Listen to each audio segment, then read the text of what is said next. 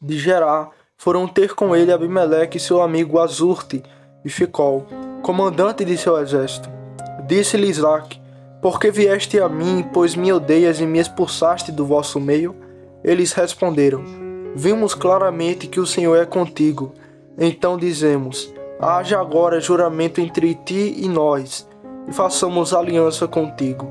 Jura que não nos fará mal, como também não te havemos tocado, e como te fizermos somente o bem, e te deixamos ir em paz. Tu és agora o abençoado do Senhor. Então Isaque lhe deu um banquete, e comeram e beberam.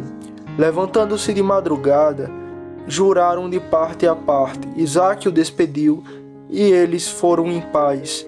Neste mesmo dia vieram os servos de Isaque, e dando-lhe notícia do poço que mesmo tinham cavado, lhe disseram: Achamos água.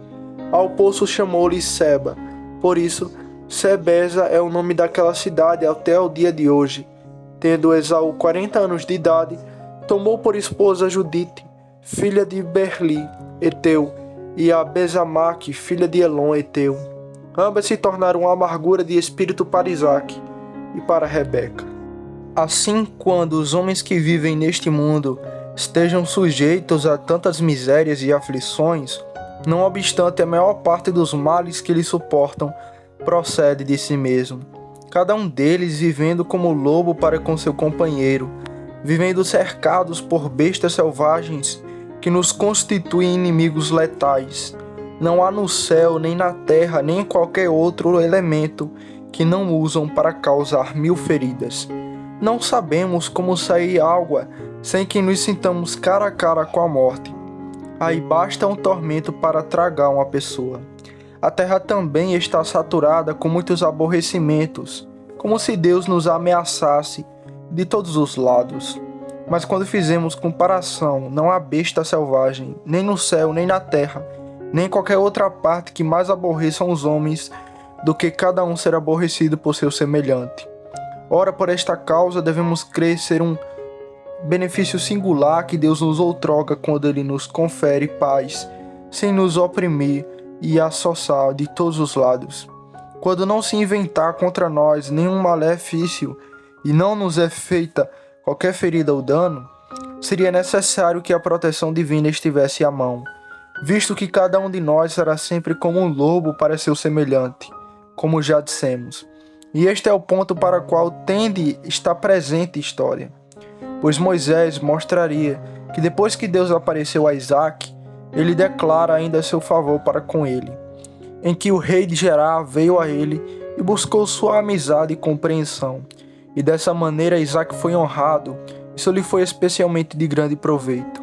Portanto, poderia estar sempre em dúvida, visto que fora grandemente invejado no país e se vira constrangido a partir dali, a despeito de haver vivido entre eles em toda a humanidade e cortesia.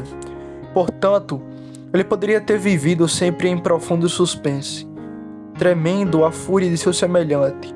Deus, porém, os fez vir a ele espontaneamente, e não só para se mostrarem amigos, mas inclusive o enaltecem e temem que ele os prejudique, e por isso exigem que haja entre eles uma solene aliança acompanhada de juramento.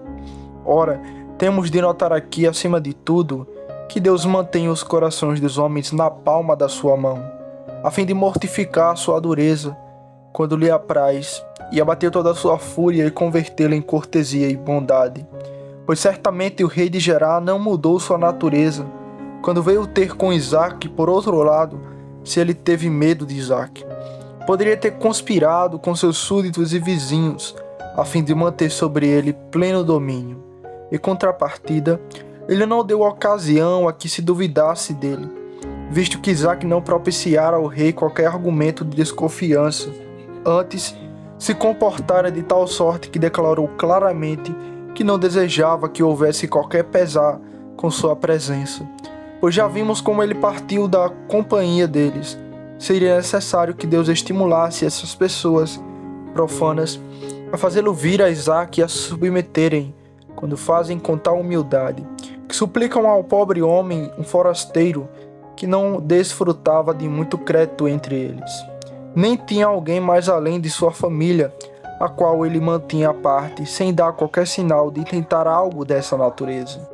Antes de Deus pôr um cabestro no pescoço deles, ele quis provar a paciência de seu servo, pois quando ele foi negado a água, e que por fim lhe foi dito que ele era mais forte que eles, e que ele já não podia suportar que houvesse dúvida de que Deus então o exercitava com o fim de testar o tipo da paciência que havia nele. Por isso Isaac sabia que se aprovesse a Deus dar-lhe habitação pacífica naquele país em que ora se encontrava, então que não fosse expulso dali. Mas visto perceber que aqueles homens se esperguinavam contra ele, então entendeu que esse era um passaporte divino para a sua partida. Agora, ao contrário, temos de notar ainda que Deus os movia a uma repentina aproximação de Isaac, e assim apraziguou e aboliu toda a animosidade e disputa que ainda poderiam mover-se de um ao outro lado. Portanto, notemos bem, quando se nos fizer algum ultraje, e ali onde tivermos diligenciado agradar e servir a outro, que seremos extremamente pinçado e atormentado, que isso será feito pelo desígnio de Deus, que quer que nos esforcemos, não para fazermos o mal, ou para querermos mal por mal, mas que possuamos nossas almas em paciência, como também nosso Senhor Jesus Cristo a isso nos exortou. E também, em contrapartida, quando virmos os homens nos favorecendo e não promovendo disputas nocivas ou tumultos contra nós, saibamos que Deus se compadecerá de nós, e que Ele governa suas criaturas e as dirige para um propósito que Ele vê ser bom. E com o mesmo propósito, roguemos a Deus assim que nossos inimigos ameacem alguma crueldade contra nós, e que de modo algum pudermos vencê-los, nem por alguma moderação que porventura usemos, então que lhe agrade entender e estender sua mão, sabendo que Ele pode reverter as coisas quando bem lhe aprouver, convertendo os que são lobos em ovelhas. Eis o que temos de aprender desta história, antes de qualquer outra coisa. Lemos, porém, que Isaac na primeira vinda deles falou bem rudentemente, porém com sabedoria. Por que vieste a mim, pois me odiaste e me expulsaste de vosso meio? Veremos pela sequência da matéria que Isaac não nutria em seu coração rancor nem amargura, nem qualquer desejo de vingança. Portanto, foi imediatamente apraziguado, e quando censurou Abimeleque e toda sua companhia, indagando por que o odiavam e o perseguiam, ele não fez isso com o intuito de injuriar, como costumamos fazer. Pois se porventura nos foi feita alguma ofensa ou qualquer injustiça, afiamos nossas línguas em malência e calúnia. Nada há senão ódio, contendas e altercações, em suma. Se pudermos estralhaçar os que nos tiverem prejudicado, faremos isso com prazer. Isso é o que Salomão diz: o insensato não tem prazer no entendimento, senão em extremar seu interior. Vindo a perversidade, vem também o desprezo, e com a ignomínia a vergonha. Provérbios capítulo 18, verso 2 ao 3. Então também as línguas derramam ultrajantes um contra os outros. Isaac, porém, não tomou tal curso. No entanto, temos de notar que, sempre que tivermos paciência, que isso não nos impeça de usar de nossa liberdade para exibir suas falhas e injustiças direcionadas contra nós, e assim fazê-los perceber sua ofensa, a fim de que todos tirem delas algum proveito. É verdade que neste caso devemos examinar detidamente nosso sentimento. Portanto, é algo muito difícil e raro ver um homem que foi provocado e ofendido que não se deixa levar a algum excesso de paixão, e com isso sempre está a promover sua causa pessoal. E portanto, eu já disse que devemos tomar ciência e observar diligentemente se não estamos sendo tangidos por algum desejo de vingança, ou infectados com ódio ou rancor.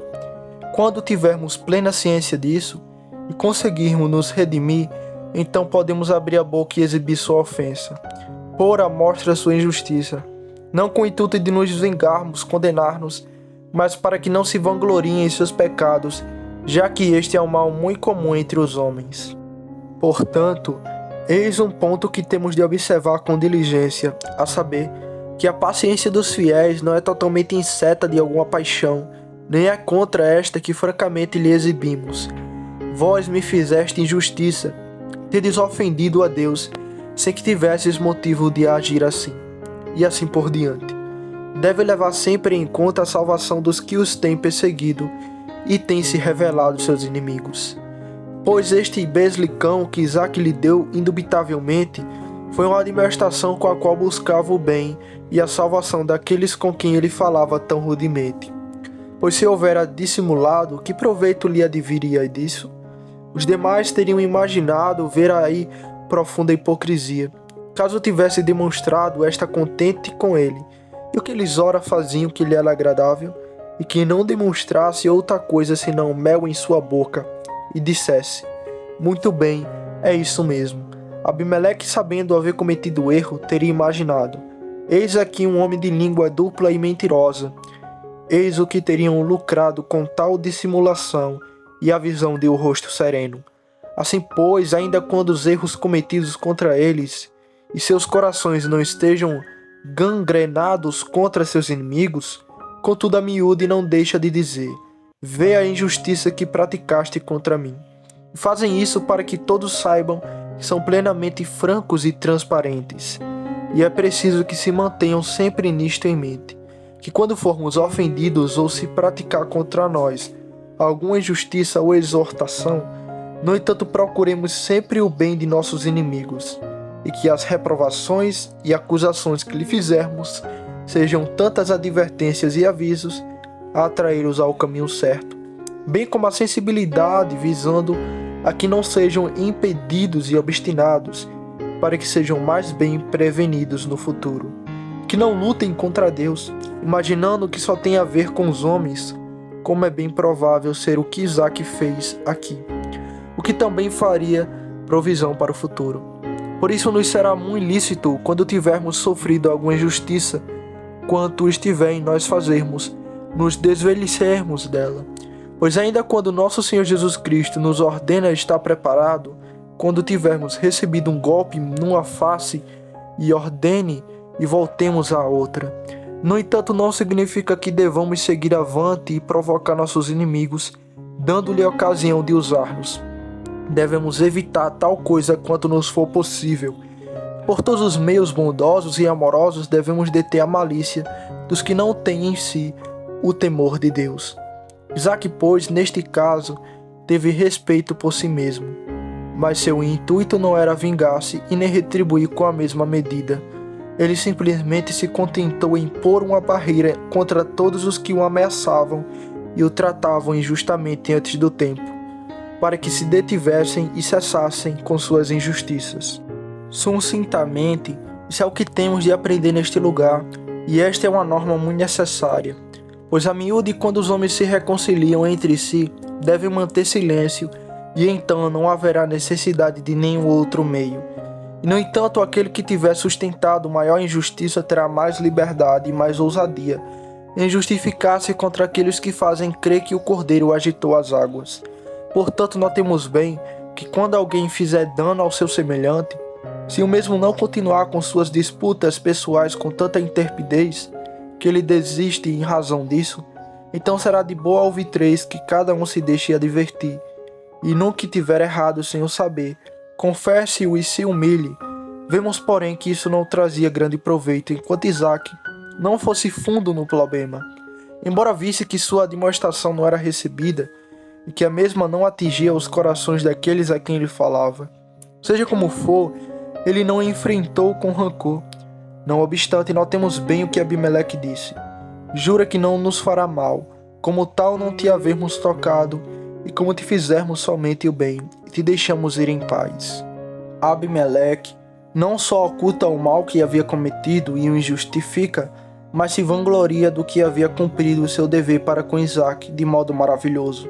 Como já dissemos, esse é o procedimento comum, pois não há nada mais difícil para um homem do que condenar a si próprio.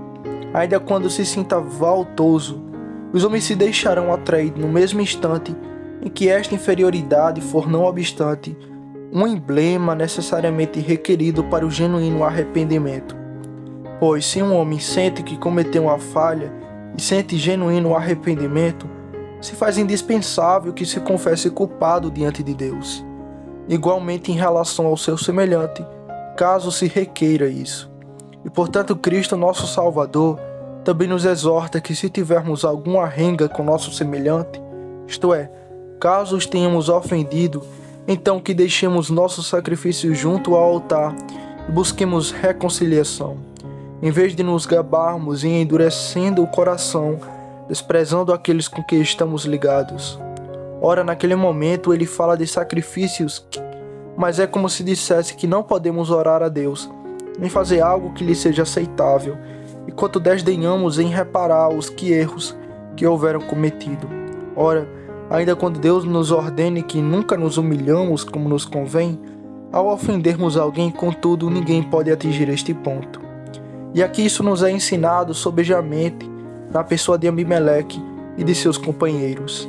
Pois os homens são de tal mundo, de tão cegos que seja pelo egoísmo, seja pelo orgulho ou pela arrogância, que não podem de modo algum ser trazidos a este ponto, a saber, de fato, eu ofendi. Portanto, se envergonham sempre de confessar sua culpa, e no entanto, não se envergonham de ser condenados diante de Deus e diante dos anjos. E todavia, quando se sentem dominados pelo remorso, deveriam condenar-se com toda a fraqueza. Poderiam gabosamente delinear todas as formas possíveis para manter sua corrupção, mas quando tiverem vencido os grandes e os pequenos, seja através da corrupção ou do favor, seja por algum outro meio, e o mundo inteiro tomar seu partido, contudo por fim comparecerão perante o tribunal de sua própria consciência, a qual não poderão resistir. E como eu já disse, ali descobrirão ter lucrado nada por todos seus sofismas e artifícios sensacionais. Porque, queiram ou não, se sentirão culpados diante de Deus. Ora, quando isto for posto diante de nós, isso se dá não para que durmamos em algum vício deste gênero, mas para estarmos atentos, sabendo que mesmo estando sujeitos ao mesmo, e assim buscamos o remédio. Portanto, quando Moisés diz que Abimeleque agiu como se estivesse bem familiarizado com Isaque, ele diz isso não só para mostrar que Abimeleque era hipócrita e afeto à duplicidade, mas também para pôr um espelho diante de nossos olhos, para que tenhamos ciência de que não existe entre nós alguém que não seja inclinado a lisonjear-se e não seja inclinado a favorecer uma causa ruim, ainda quando estivesse suficientemente convicto de haver ofendido, não obstante seu orgulho não lhe permitira submeter-se. Este, pois, é o propósito e intenção de Moisés. Então, o que haveremos de fazer? Que todos se empenhem e sondem os recônditos de seu ser, para descobrir o que está ali. E em seguida nós mesmos temos de examinar-nos deditamente, e assim descobriremos que dentre nós não há nenhum que não oculte suas falhas e que não seja injusto para com seus adversários, quando nos engajamos em alguma disputa. E é por isso que buscamos as boas chances para escurarmos nossos embaraços e entraves, e assim convertermos o preto em branco e vice-versa, a fim de nos justificarmos. Visto, pois, que estamos sujeitos a males tais como estes, então lutemos contra os mesmos. Pois não basta sentir nosso vício, mas temos também que renunciá-lo, e, renunciando, devemos ainda resisti-lo, mesmo quando não nos desvencilhamos totalmente dele.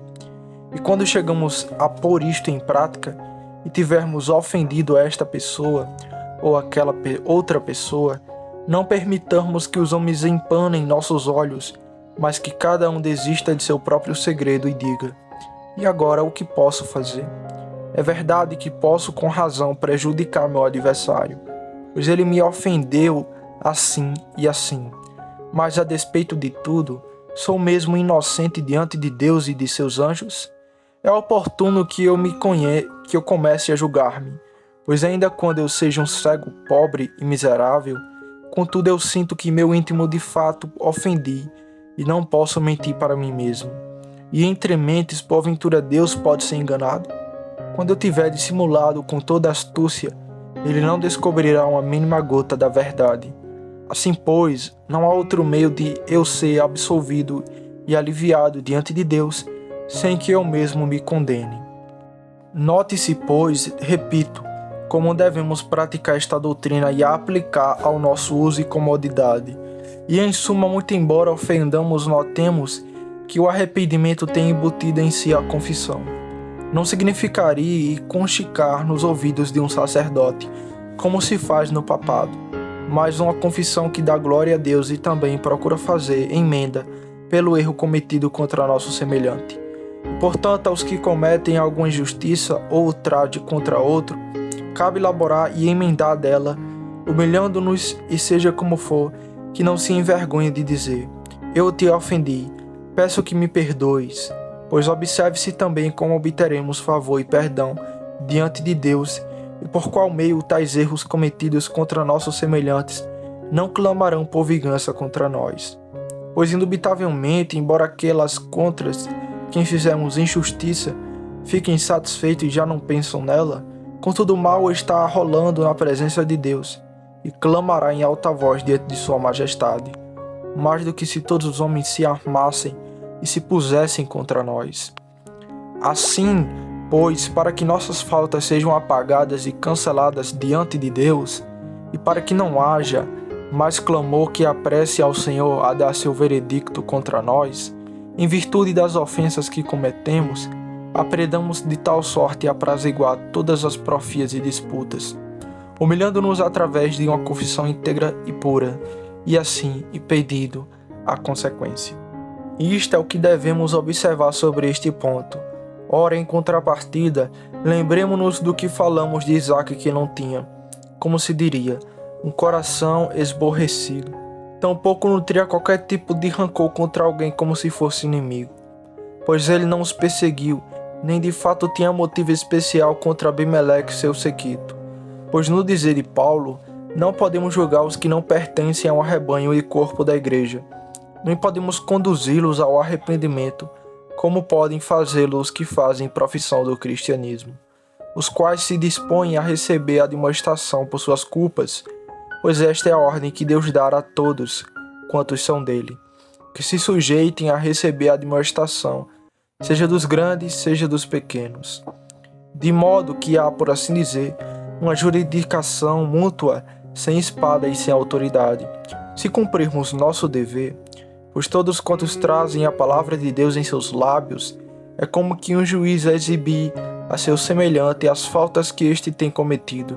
Ele será um juiz em um aspecto e se deixará julgar em outro.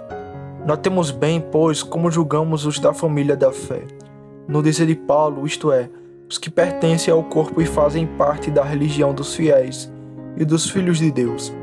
Mas os estranhos, ainda quando os condenamos, contudo não podemos tratá-los com tanta familiaridade, dizendo: tu me ofendeste, portanto não tem tanta familiaridade conosco, e não existe aquele direito mútuo que há entre os membros do corpo da igreja.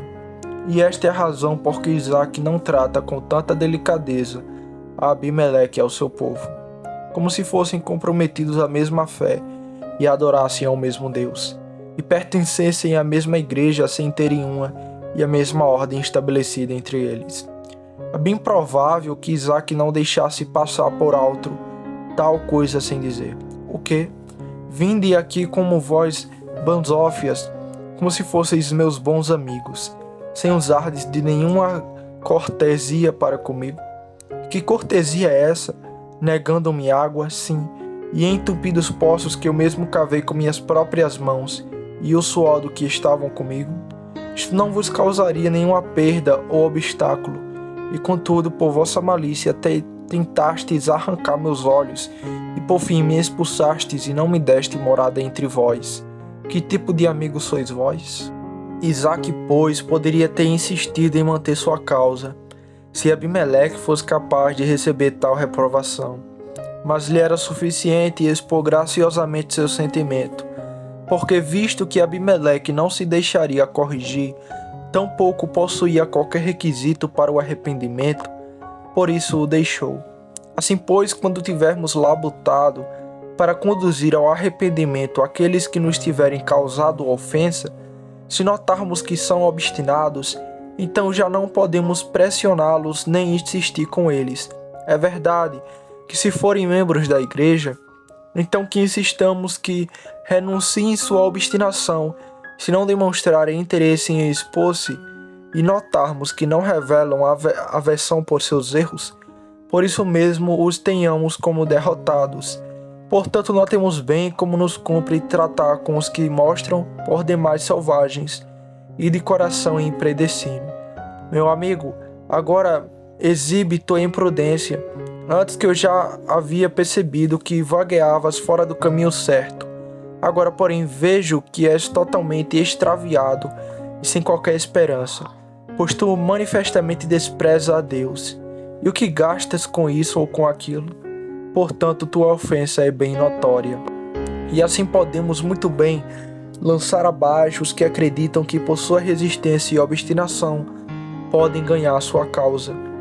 Mas se temos de lidar com aqueles que não têm nenhuma familiaridade conosco, a não ser que são nossos irmãos, nos seja suficiente exibir a verdade numa só palavra, pois isto será a dura pena arrancada deles, se cremos não haver nada melhor que se humilhe.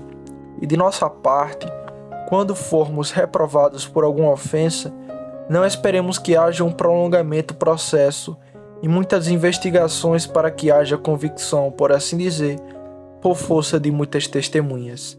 Ao contrário, recebamos a correção com paciência, enquanto se nos oferece ocasião. E não sejamos como aqueles que vomitam um punhado de cinzas e abafam a clara luz. Portanto, confessemos nossos erros, pois este é o único remédio, a menos que queiramos resistir a Deus. E saibamos que quando se nos ministra alguma advertência ou admoestação, então Deus quer que nos ministre e nos sintamos sua graça e que Ele é solícito em atrair-nos de volta para si, a fim de não percebermos nem nos mantenhamos obstinados e nem que Satanás tome posse de nós. Tenhamos ciência disto, a fim de alcançarmos o arrependimento e a verdadeira humildade. Ora, Isaac demonstra ainda que ele não conversa na mente vingativa ou inimizade, ainda quando tinha ofendido. Portanto, prepara um banquete e come e bebe junto. Eis um ponto sobre o qual temos de meditar deditamente, pois isto mostra ainda como devemos lutar contra nosso sentimento ao longo de toda a nossa vida, de modo que este é, por assim dizer, o ABC dos cristãos: não retribuir mal com mal, mas em contrapartida pagar o mal recebido com o bem, granjeando vitória nesta matéria, na qual não podemos permitir fantasias. Este, repito, é, por assim dizer, nosso ABC. Não existe em nós tal perfeição, mas que devemos começar aqui. Mas tão logo desejamos e nutramos vontade de servir a Deus, cumpre-nos que sejamos despojados de toda amargura, ódio e rancor, bem como de todo desejo de vingança, não só perdoando nossos inimigos, sem lembrar-nos o dano recebido, mas também que estejamos prontos a fazer-lhe o bem. Ora, pois, quem é que cumpre sua parte 100 vezes? Mas descobriremos ainda quando tantos pareçam, por assim dizer, ser anjinhos e nada possuir senão um fervoroso desejo de servir a Deus e honrá-lo, sim, e nada existe neles senão amor, e nestes são os resolutos e bem firmados. Contudo, tão logo se veem provocados e peçonha, lhe baveja e revela residir neles por tanto tempo, que guardam em seus corações a lembrança de alguma ínfima ofensa ao longo de toda a sua vida. Portanto, quando percebem que não podem ser purgados, nem no primeiro dia, nem no primeiro ano, deste maldito senso de vingança, tanto mais devemos aplicar este remédio para que sejamos ordenados e governados pelo Espírito de Deus, não para adormecermos em inimizade e rancor, amargura profundamente radicada na indisposição, mas perdoando-os espontaneamente e sendo inteiramente pacientes em todas as coisas. E assim, seremos sobejamente beneficiados durante toda a nossa vida, quando tivermos aprendido a que utilidade essa história de Isaac nos é prescrita, a saber, que ela preparou um banquete para seus inimigos, não numa mera cerimônia ou por uma mera forma, mas para mostrar que ele era puro e limpo de toda e qualquer malícia, e que ele havia esquecido e sepultado todas as ofensas. em virtude das quais viessem a lançar mão de alguma disputa. Ora, logo depois lemos: levantando-se de madrugada, juraram e partiram-se. É verdade que Isaque teve prejuízo, quando os outros demandaram dele que lhe prometesse e jurasse a não lhe fazer mal nem injustiça. Portanto, tinha prova suficiente que não viam nele um homem violento, nem alguém dado à prática de qualquer mal. Por que, pois, ainda vieram inquietá-lo? Ele poderia ter proletado tudo isso. No entanto, cede algo de seu direito.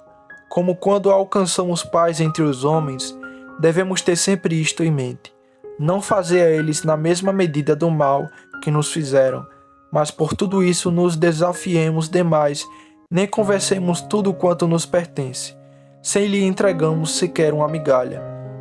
Pois se cada um de nós se aferranhasse demais a seus direitos pessoais, os homens jamais poderiam ser unidos e viver juntos. E ainda quando isso fosse possível, jamais poderiam cessar dia e noite de ter novas ocasiões de devorar e comer uns aos outros.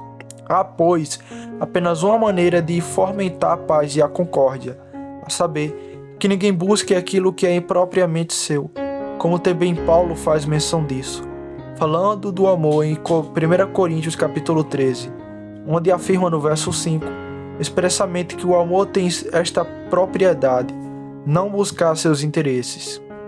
E além do mais, quando nos exorta a vivermos pacificamente e que devemos fomentar o amor fraternal, que nenhum de nós deve nutrir ambição, nem o desejo de ser mais ou maior, mais elevado e tirar vantagem sobre outro, pois o termo de que faz uso significa a ausência do senso de superioridade ou de levar vantagem sobre outro. Ora, enquanto tivermos tal desejo, haverá um fogo constantemente aceso e assoprado. Há mil maneiras de Satanás manter-nos em constante discórdia, em guerra, dissensão e contendas tais que mais pareceríamos completamente arruinados. Por isso, notamos bem que a propósito devemos fomentar a inimizade e a amizade e a concórdia fraternal entre nós e nosso semelhante.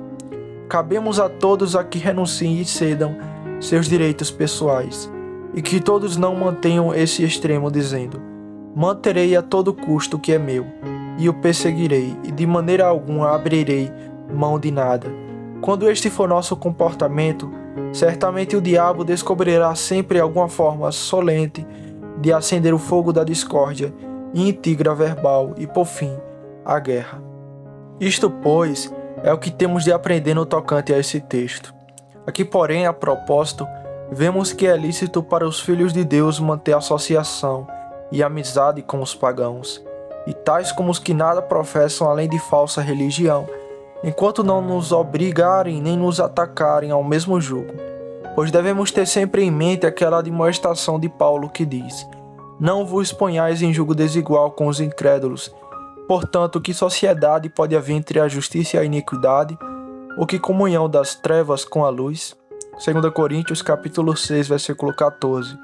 Pois ele fala isto à guisa de comparação, como se dois bois fossem jungidos um com o outro, presos na mesma agança, e um correspondesse ao outro.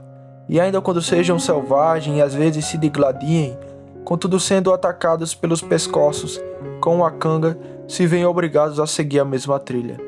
Paulo assim nos mostra que não devemos deixar-nos sungir aos incrédulos, de tal sorte que nos sejamos presos com suas cadeias e que nos vejamos tão embaraçados, tão embaralhados com eles que passamos a consentir no mal, mas em algum aspecto nos deixamos atar a eles.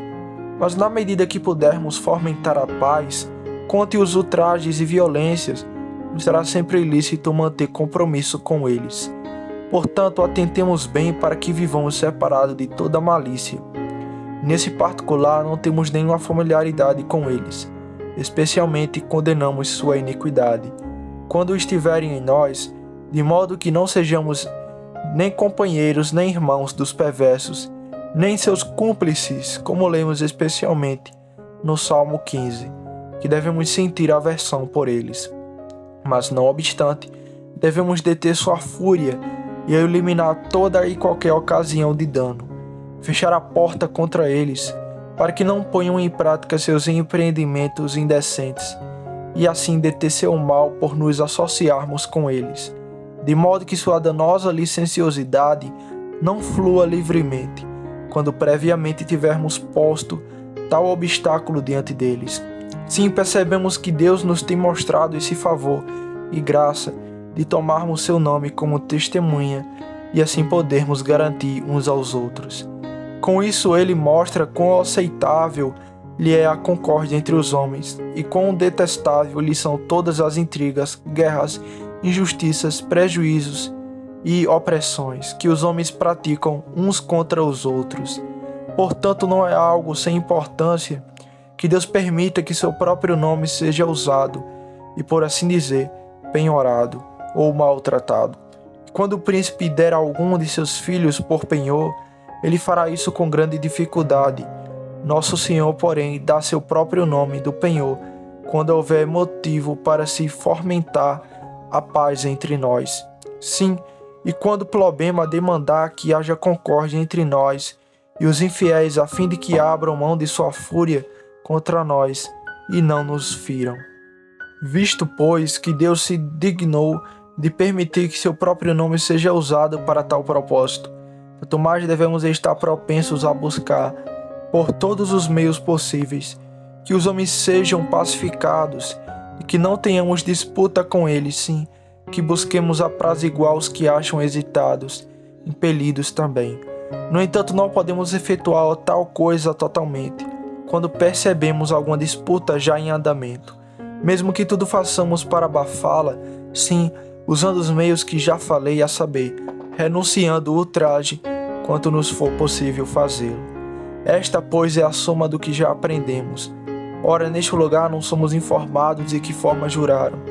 Porém, mais adiante descobrimos que Isaque sempre faria seu juramento ao Deus vivo e eterno, rendendo-lhe a honra que é devida, ainda quando tivesse que fazê-lo aos pagãos que forjavam ídolos e corrompiam o verdadeiro culto divino através de suas próprias superstições.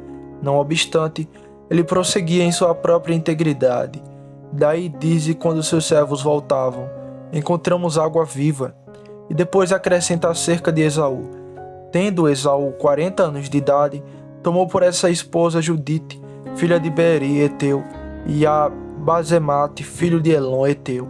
Aqui vemos de um lado como Deus confronta seus servos de todas as formas, pois não só lhe foi mostrado que doravante lhe seria assegurado que ninguém o prejudicaria, visto que o próprio rei do país viria à sua procura, mas também lhe seria dado algo para que desfrutasse pacífica e tranquilamente, como sendo propriamente sua. Quando, pois, nosso Senhor exibe tão grande favor para com Isaque, saibamos que ele não prova além de sua força, senão que sempre suaviza suas aflições, em tal medida que não seria como se estivesse perenentemente sob pressão e completamente arruinado.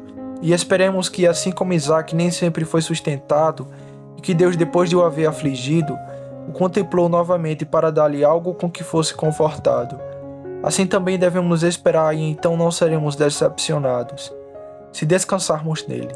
Portanto, Deus conhece nossa fragilidade, e sem dúvida Ele nos dará sempre tal prova de mercê e favor, que teremos bons motivos de bendizer seu nome, e não teremos ocasião de nos entristecermos de tal sorte, que já não sabemos como confrontar-nos nele.